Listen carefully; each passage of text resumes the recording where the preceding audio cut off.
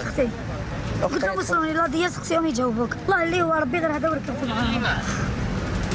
السلام عليكم، مرحبا بكم خوتي. صلوا على الرسول صلى الله عليه وسلم. ما تراطوش قبل ما تبداو الجزائري دير لايك وتابع معايا الفيديو حتى النهايه. كما قلت لكم ونعاود لكم، هذه القناه ننشروا فيها اخبار الجزائر واي حاجه مليحه رانا معاها، اي حاجه ضد بلادنا رانا نحاربوا فيها ان شاء الله. المهم في هذا الفيديو غادي تشوفوا كيفاش تم ايقاع القبض والاطاحه بشبكه تروج الاقراص المهلوسه، ولقاو عندهم 1000 قرص مهلوس خوتنا. وايضا غادي تشوفوا المداهمات تاع الشرطه والدرك كيفاش لقاو القبض على قريب 39 شخص خوتنا خلال المداهمات هذو اللي راهم يقوموا بهم الدرك والشرطه. يعطيهم الصحه وتحياتنا من هذا المنبر ليهم، الناس اللي راهي واقفه من اجل حمايه المواطنين وايضا حمايه بلادنا، ربي يحفظهم. المهم ما تنساوناش اللايك واعطونا رايكم تعليقات وتتبعوا معنا حتى النهايه. ما تراطوش خوتنا، اللي ما راهش مشترك يشترك ويفعل زر الجرس.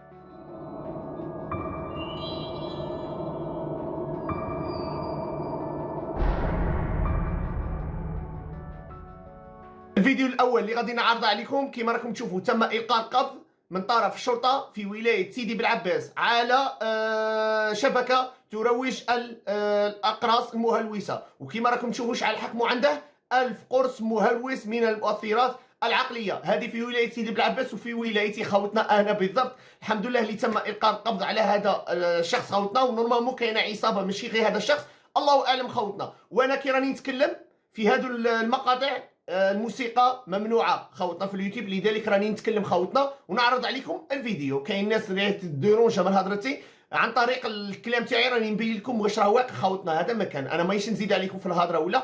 المهم كما راكم تشوفوا ما يقارب 1000 قرص مهلوس خوتنا، يعني راكم عارفين واش هو القرص. وايضا الاموال الطائله، يعني هذا تاجر كبير تاع مخدرات او القبض عليه الحمد لله يا ربي. والمبلغ خوتنا 117 مليون سنتيم خوتنا لقاوها عنده، يعني هذا مروج كبير للاقراص المهلوسه، يخدم غير الاقراص المهلوسه على ما اعتقد، على حساب ما حكموا عنده خوتنا. يعني 1000 قرص مهلوس حاجه كبيره خوتنا، كميه ضخمه. الحمد لله اللي تم القاء القبض عليه، وهذه تكون عبره للناس اللي راهم من حد الان مازال يخدموا في هذه الامورات. ان شاء الله كامل يلقوا القبض عليهم. لي لايك وزيدوا تبعوا. المهم هنا قال لك عن طريق المداهمات اللي راهي تقوم بهم الشرطه ولا الدرك الوطني وكامل، هادو المداهمات راهم يديروا فيهم باش يقضوا على عصابات الاحياء، وايضا باش يقضوا على العصابات اللي راهم يبيعوا المخدرات والاقراص المهلوسه وكامل، واللي راهم يتاجروا فيهم في بلادنا. المهم هنا المداخلات تاع الشرطه في ولايه مستغانم قال لك قامت بالاطاحه ب 39 شخص متورطين في بيع المخدرات والمؤثرات العقليه. زيد تبع خويا الجزائري. شوف معايا هنا، هادو هما المداهمات اللي راهم يقوموا بهم الشرطه، يعطيهم الصحه خوتنا. يعني مداهمات في المساء وفي الليل وحتى في الصباح خوتنا، هادو باش يقضوا كما قلت لكم على عصابات الاحياء، وايضا الناس اللي راهم يبيعوا في المخدرات وراهم يبيعوا في المؤثرات العقليه واللي راهم يهلكوا في بلادنا. هادو التدخلات وهادو كما قلت لكم مداهمات مليحه خوتنا باش يقضوا على كامل العصابات. وراهم بفضل المداهمات راهم يلقوا على بزاف عصابات احياء، وايضا بزاف ناس راهم يبيعوا في المخدرات وما بغاش يهديهم ربي. كما راكم تشوفوا بفضل المداهمه اللي قامت بها الشرطه في ولايه مستغانم، قاموا بالاطاحه ب 39 شخص كانوا يبيعوا في المخدرات والمؤثرات العقليه. لي لايك زيدوا تبعوا. مسكين كنت قدامك على شمال كيتو انا خطيني.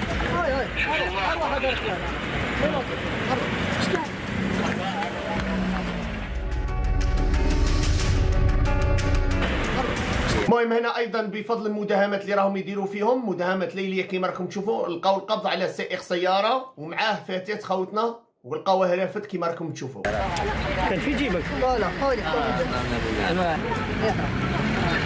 كان العملية تفتيش. تم حجز كمية من الكيف المعالج عند سائق المركبة، حيث أشروا الإجراءات القانونية ضد هذا الشخص. المهم راكم تشوفوا يعني لقاو السائق عنده مخدرات خوتنا، يعني كيما نقولوا زطله، لقاوها رافدها معاه، وهذه الفتاه كانت راكبه معاه في السياره خوتنا. هذا ولك اختي قدام وصلوني لا دياس خصهم يجاوبوك الله اللي هو ربي غير هذا وركبت معاه.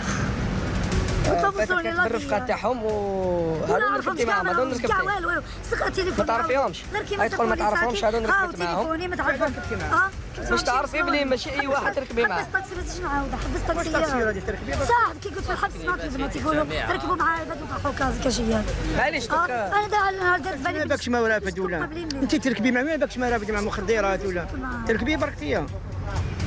المهم كما شفتوا خوتنا هذه المداهمه اللي قاموا بها لقاو القبض على سائق السياره ومعاه نورمالمون اشخاص اخرين وكانت راكبه معاهم هذه الفتاه على حساب واش راهي تتكلم راهي تقول باللي هي خاطئها وهي غير ركبت معاهم وكانوا حابين يوصلوها لكن راكم عارفين خوتنا. المهم لي لايك وزيدوا تبعوا. في إطار محاربة ظاهرة الاتجار الغير مشروع للمخدرات والمؤطرات العقلية، تمكن مستخدمي المجموعة الإقليمية للدرك الوطني بأم البواقي ممثلة في الفرقة الإقليمية للدرك الوطني بالعامرية من وضع حد لشبكة إجرامية تقوم بالمتاجرة بالمخدرات والمؤطرات العقلية. المهم هنا كما راكم تشوفوا أيضا شبكة القاو القبض عليها خوتنا، قاموا بالإطاحة بها في أم البواقي خوتنا. هذه شبكة واش دير التاجر بالاقراص المهلوسه والمخدرات وكامل، وشوفوا شحال حكموا عندهم. حجز كميه معتبره من الاقراص المهلوسه وتوقيف شخص واحد.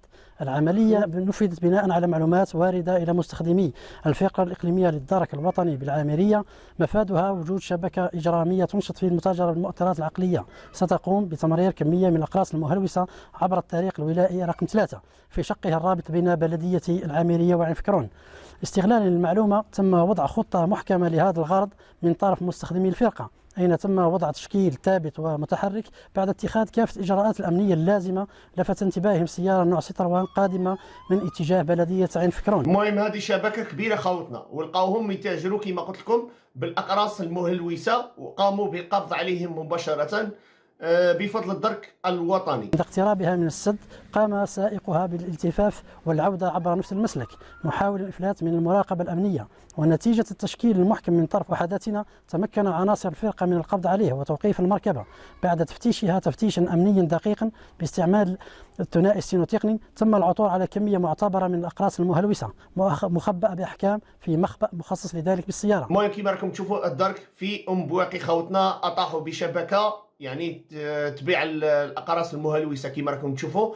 الحمد لله اللي تم القبض عليهم، وكما قلت لكم يعني في هذا الوقت بالاخص وسيختو بعد ما كثروا هذو العصابات في بلادنا الجزائر، يعني في كل ولايه تلقوا، ماشي في ولايه في كل بلديه تلقوا كيما هذاك هشام الوهراني اللي تم القاء القبض عليه خوتنا، تلقوا كيما هذيك العصابه خوتنا. لذلك الدرك والشرطه ورجال الامن راهم يكثفوا في المداهمات تاعهم، يعني راهم في كل مره كل يوم تقريبا يلقوا القبض على عده عصابات، ماشي عصابه واحده وفي عده ولايات خوتنا. يعني بفضل المداهمات اللي راهم يديروا فيهم، مداهمات في الصباح في الليل في المساء، هذه يحاربوا عن طريقها هذو العصابات ويقضوا عليهم ان شاء الله يا ربي. وحنا الشيء اللي رانا نديروا فيه رانا نعاونوا فيهم، يعني رانا نوروكم واش راه واقع ونعاونوا فيهم، وايضا باش الناس تتوعى شويه وتفهم باللي التبليغ هو لصالحنا حنا ولصالح بلادنا، باش نقضوا على هادو الناس اللي راهم يفسدونا في بلادنا. حنا ندعو لهم ربي يهديهم، ربي يهديهم على الشيء اللي راهم يديروا فيه، وان شاء الله يستعقلوا وان شاء الله يترباو وصاي.